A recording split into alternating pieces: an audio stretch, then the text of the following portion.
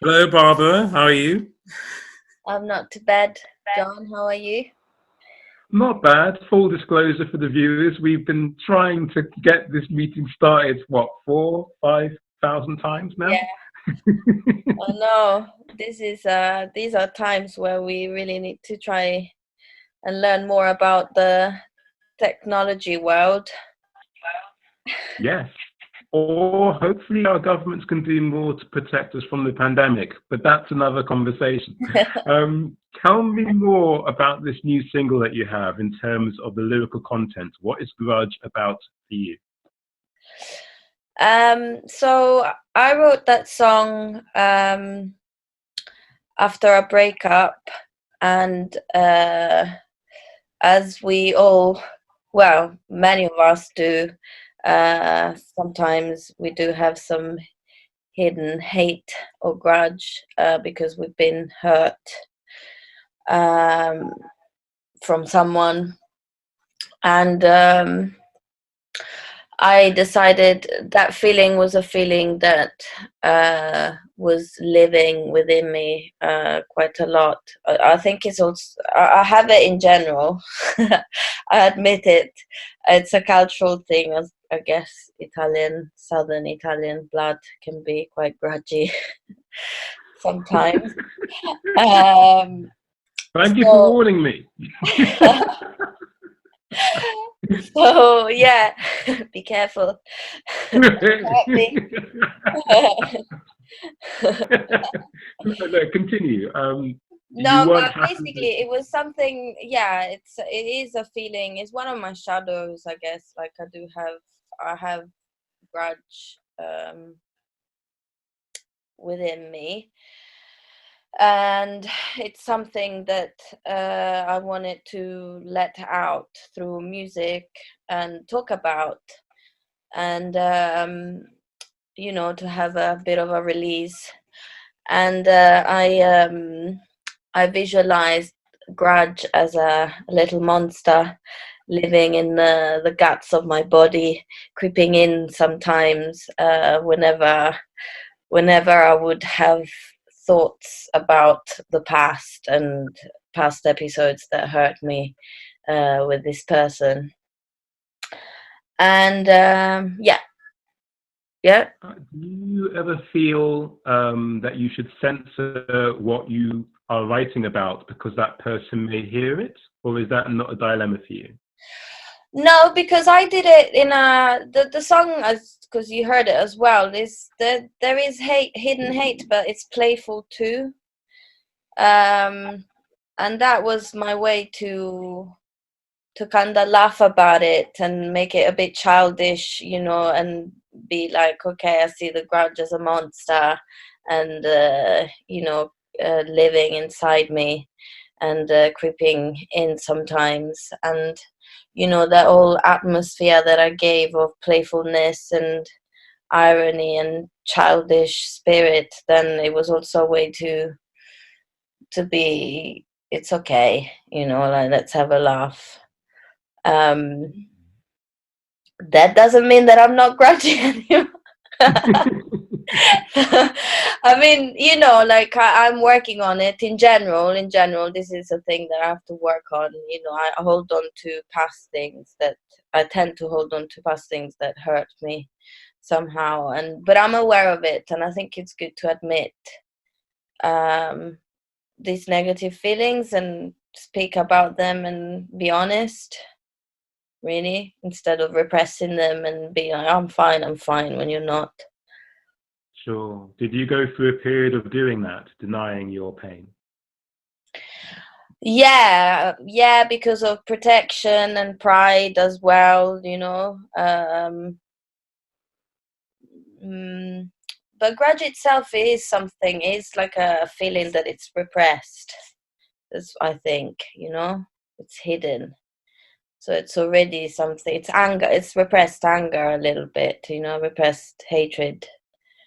Okay. So yeah, I definitely squashed it in for a for a long period of time, but lately I've been learning, to let it out, to speak about it, to speak about things that have hurt me, and to try and be clear and communicative.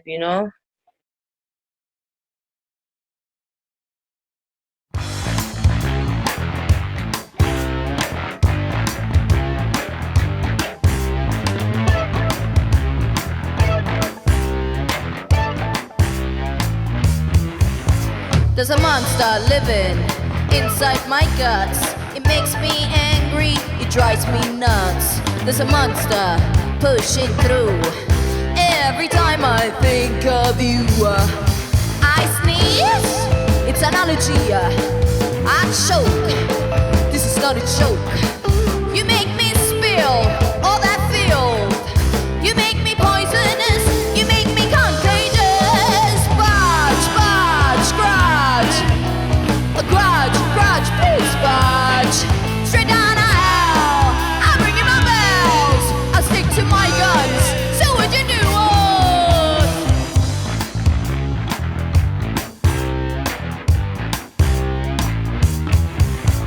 I wanna be a lobster shedding its own shell. It makes it stressed and makes it depressed. I wanna be a lobster letting go of the past.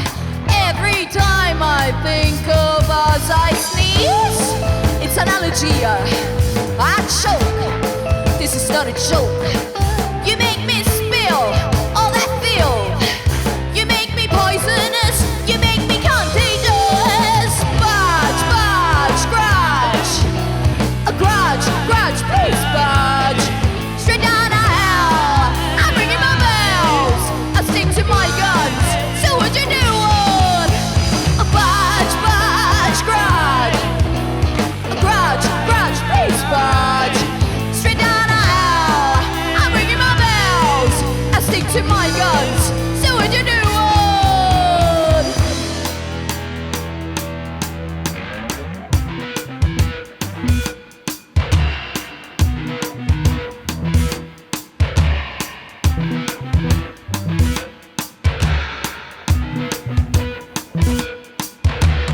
Monster, monster, leave me alone.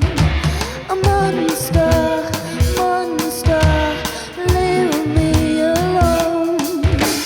Monster, monster, leave me alone. Monster, monster, leave me alone. Budge, budge, grudge. A grudge, grudge, please budge. Straight down to hell. I'm ringing my bells. I stick to my guns. So what you doing? A budge, budge, grudge. A grudge, grudge, please budge. Straight down to hell. I'm ringing my bells. I stick to my guns. So what you doing?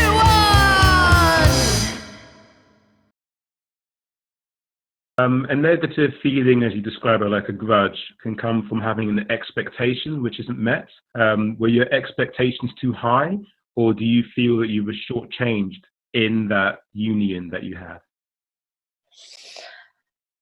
I think, yeah, I did have expectations. Yeah.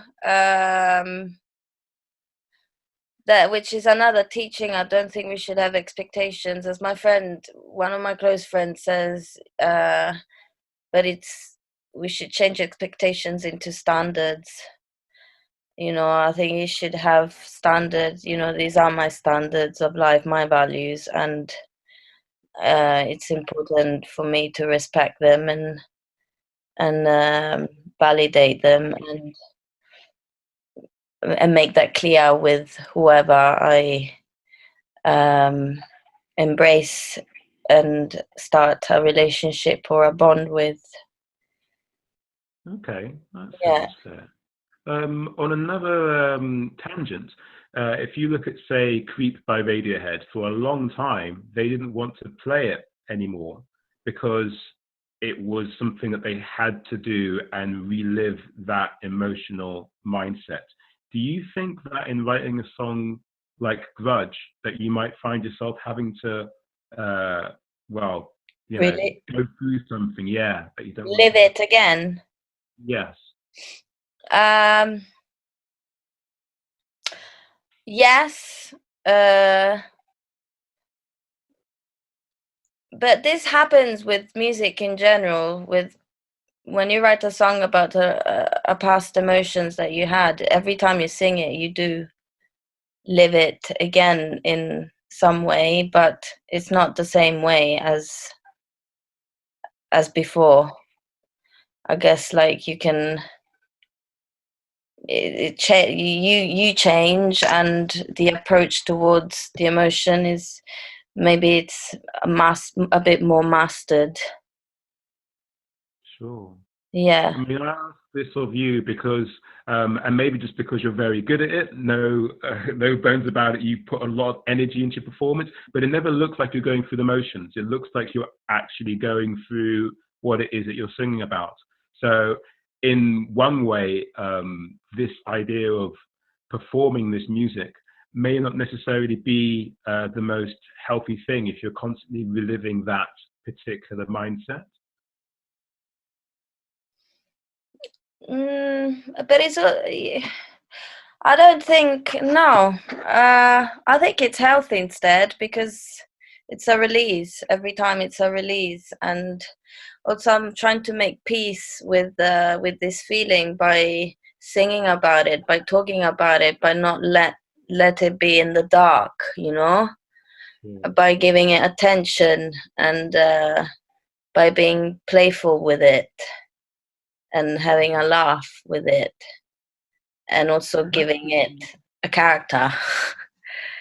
That's good. You're controlling the emotion by giving it a character and making it quite playful. So Yeah. Yeah. Okay. I think it's important because, like, all these like dark emotions, every time like we don't dare to talk about them, or like we just leave them in this like dark corners, and they need attention too.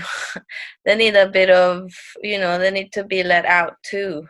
So yeah, I guess it's a healthy release to sing about them.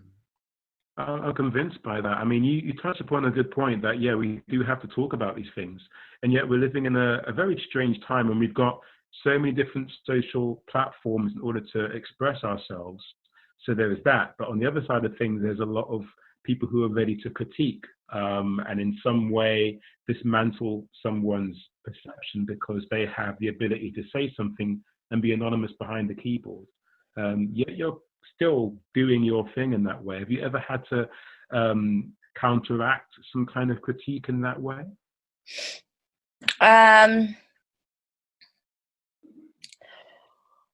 I do hesitate sometimes on certain topics that I want about sometimes, or like some lines and words that I'm using. I'm like, oh, maybe I shouldn't use this word, or I shouldn't talk about this. I guess the key is to be real and honest, but find the way to not be harmful, and to be universal. Yeah, it's finding the best way to communicate something in a non-harmful way, so that you can deliver it to a wider audience as well. And as I said, have you ever had to come up against that critique in your time as being the front person of Barbarella's Bang Bang, or have you just had plain sailing? I don't know.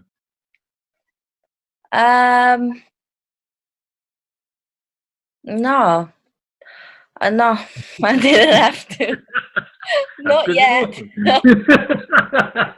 I speak like whatever. I say it in my own way. Obviously, with the no, I didn't have any critiques saying for stopping me. No, not yet. Okay. But you never know. Maybe I will, for sure, because these things happen a lot. Yeah. Yeah, well, I mean they do, but I mean they haven't. I've never seen anything like that in your time in my headspace as being a musician. So I don't think you actually attract that kind of animosity. Um, some bands and some solo artists will do stuff off stage in a very colourful way, which can be seen as offensive. So when they do bring out a song, then those people will come out of the woodwork and want to take them down. But no scandals as far as I'm aware of. So well done. You're giving your PR team less of a nightmare. This is good.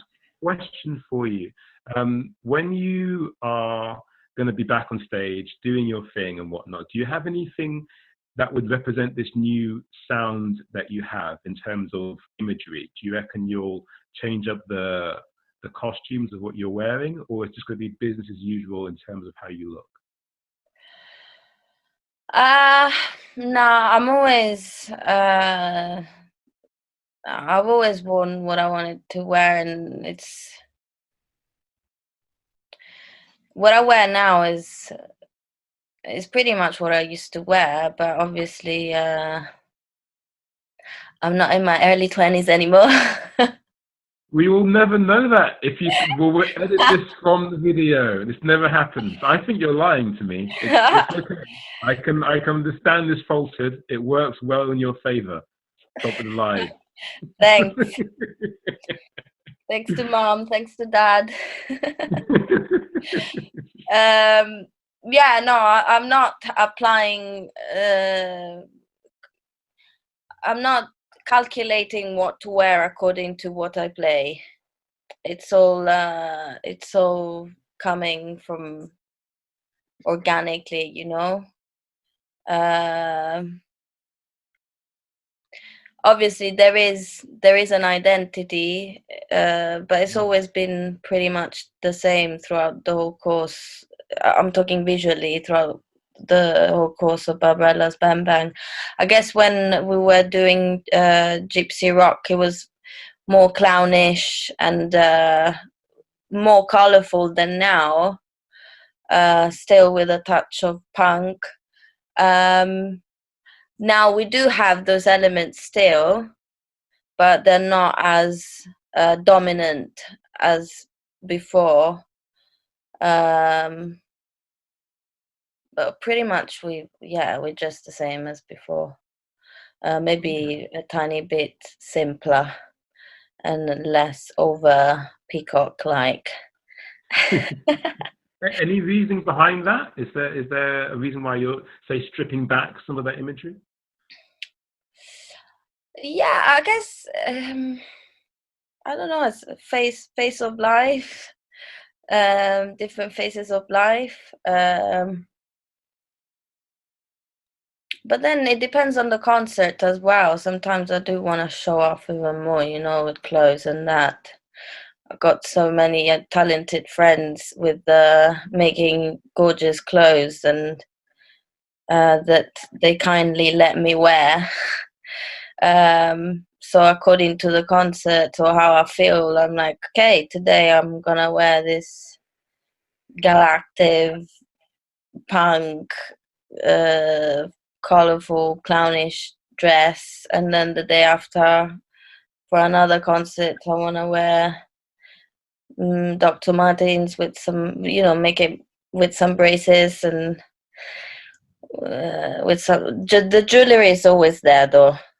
The shiny jewelry is always there, and the colors are always there. Yeah. But yeah, it depends on how I feel, really. Yeah. Can I ask, how are you handling the lockdown situation in terms of not being able to do live gigs? What have you done in the meantime? Say that again, sorry, John. There's no more live gigs for you guys at the moment. Mm-hmm. So how are you handling that? How are you handling lockdown?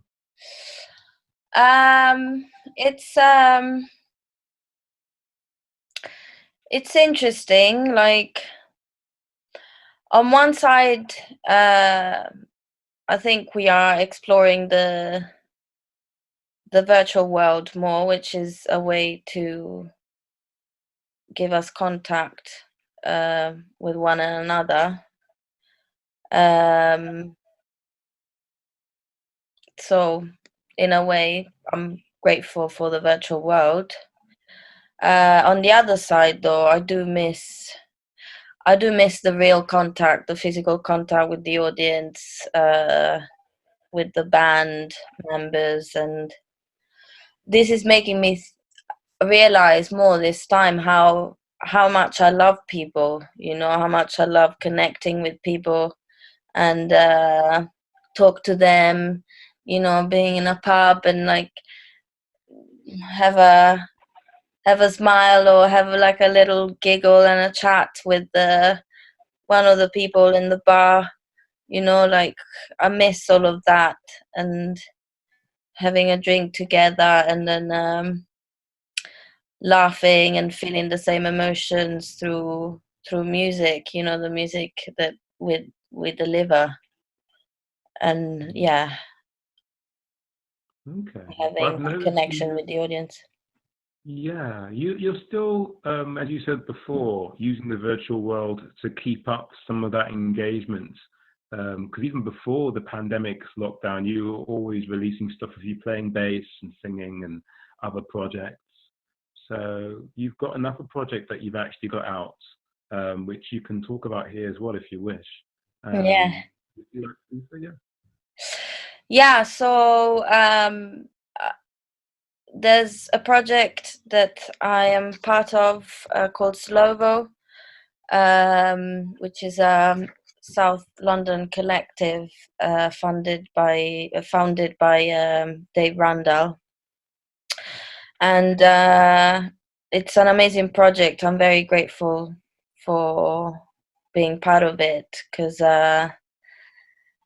it's a new style for me that I've embraced. It's like electronic pop, and it's political in a positive, with a positive, how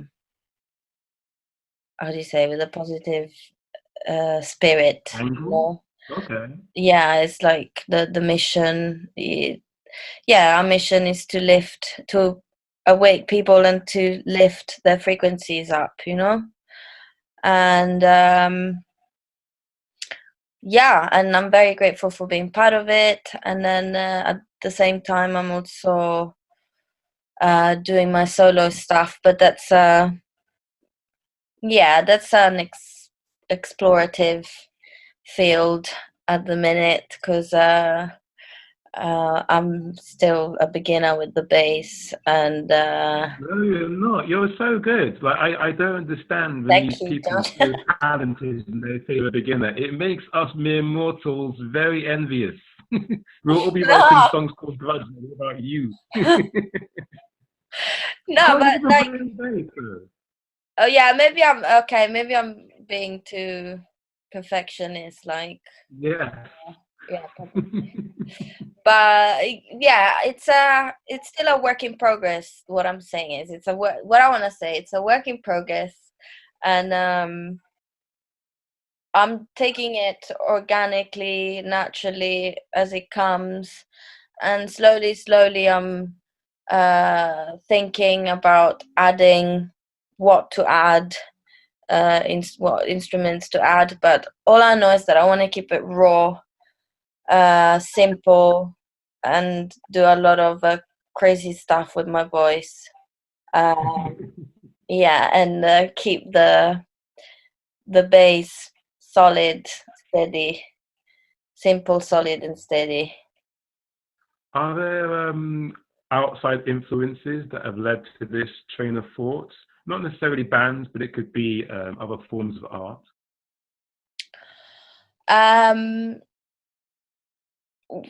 Different influences. One of the women singers that I am very fond of, and for me she's an icon and a very big influence for me, is this Peruvian singer called Ima Sumac. She was a goddess with 8 octaves.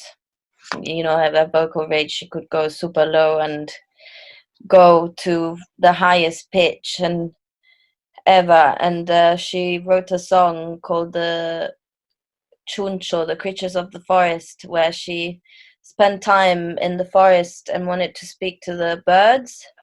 And so she created this song where she's totally using her voice as an instrument to speak to the birds, making all these bird sounds. And there's a moment in the song where she reaches this super high pitch, extremely high, that you think it's an instrument, but it's not. It's her voice. Wow. Where's she? We should talk to her now. We should talk to I'll her. send you some stuff. Ima Sumak. So amazing. Like even her aesthetics. She had like an Incas lineage, you know. Okay. The way the clothes. She was just really royal and godly. I don't think she was from planet Earth, to be honest. In a past life, she must have been from another planet. Wow. How old were you when you came across her stuff, and how did it change what you were doing? I came across her stuff here in London, you know. Maybe at the beginning, probably 8 years ago, nine years ago. And I just fell in love, and I was like, oh my God, this voice is really a godly tool. Okay. Very much. How did it change what you were doing there? What were you doing beforehand? Say that again? What were you doing beforehand? There was obviously the barber before, and then you meet this goddess, and then the barber after. That's my little Boris diagram there. But yeah, what happened? Vocally, I think she pushed me to explore more my vocal range. Okay. Because I was trying to, she's another level, but you know, I was trying to, push myself to imitate a little bit what she was doing, obviously in my own version. And yeah, before her, like, you know, I was still working out my vocal range, but then as I came across her, I pushed it even more. I was like, if this could be done with the voice, then let's see. She just made me more inquisitive and curious with my voice. Okay. Bearing that in mind, and what you said about imitation, do you feel that you have something to say about any societal pressure about how you communicate your music in the pop genre? No, I didn't understand the question. Okay. Do you feel that you've got anything to say about what people, again, this word expectations, what people expect of you within this genre? Because you're talking about an 8-octave goddess, and the music you do is a truncated, say, pop vernacular most of the time. I mean, do you have any pressure to keep within a certain box? And if so, tell us about it. Yeah, that's a good question. I do have that pressure sometimes to keep it in that box of garage rock, post-punk, and have a certain way of using my voice, but I'm realizing that at the end of the day, I gotta do what feels right to do. Yeah. So if it means having moments of opera within a song, and or having moments of doing animal sounds, and that if it sounds good, I'm gonna involve it. But I guess, though, because I'm doing now, I have three different projects, which is Barbarella's Slovo, and my solo stuff. I also have more freedom to use my voice in different ways amongst through these different projects, you know, because they're very different from one another. So I feel free to to use my voice to hit different boxes. Yeah, use terminology like goddess and shrine a lot. Is there a particular philosophy or no, serious question? Is there a particular philosophy or spirituality which you hold, which influences your music in some way? Yeah, well, yeah, I guess. Yeah, I do. I am spiritual. I'm a spiritual person, and this comes across the way I speak. By using terms such as goddesses and shrines. Also, the people, my closest friends, my closest girlfriends, we all think of each other as goddesses. Each of us, we all have our own powers, our own specific powers. Should I be afraid or should I be happy? Yeah, no, you should be very happy because, like, Okay, we're loving goddesses, and we express our magic through art, you know, through our different type of arts that we all do. Okay. So hence why I'm probably speaking using these words. Okay. Oh, awesome. I feel that this is the natural end of this conversation. Unless there's something you wish to express about your music or your current state of being that you feel hasn't been addressed. Yeah, Grudge, it's available on all online stores, music online stores. Obviously, the best online store for us artists is Bandcamp. So if you can decide which platform to buy Grudge from, try and buy it from Bandcamp. And how much money do you guys get from Bandcamp as opposed to Spotify? What's the percentage? Because I think sometimes audiences don't really hear that. They just think, oh, they want me to go to Bandcamp, but I've got Spotify, so then you just go there. I can't remember. Like, Bandcamp is nearly like the whole. Well, it's not the whole profit, but I don't know percentages really, but it's definitely much more than iTunes and Spotify. I think Spotify is the worst. Okay. Yeah. I hear that. Yeah. I tell you what you could do. When this is out, and the viewers will know this now, we'll put some kind of link in the description telling people how much money you get from Bandcamp. So yeah, they already know. Well done. Yeah. This has been great. Thank you so much, and may the force be with you. Thank you, John. Thanks for organizing this, and thanks for the beautiful video you filmed. Oh, it was fine. Thank you so much. Bye-bye. You're welcome.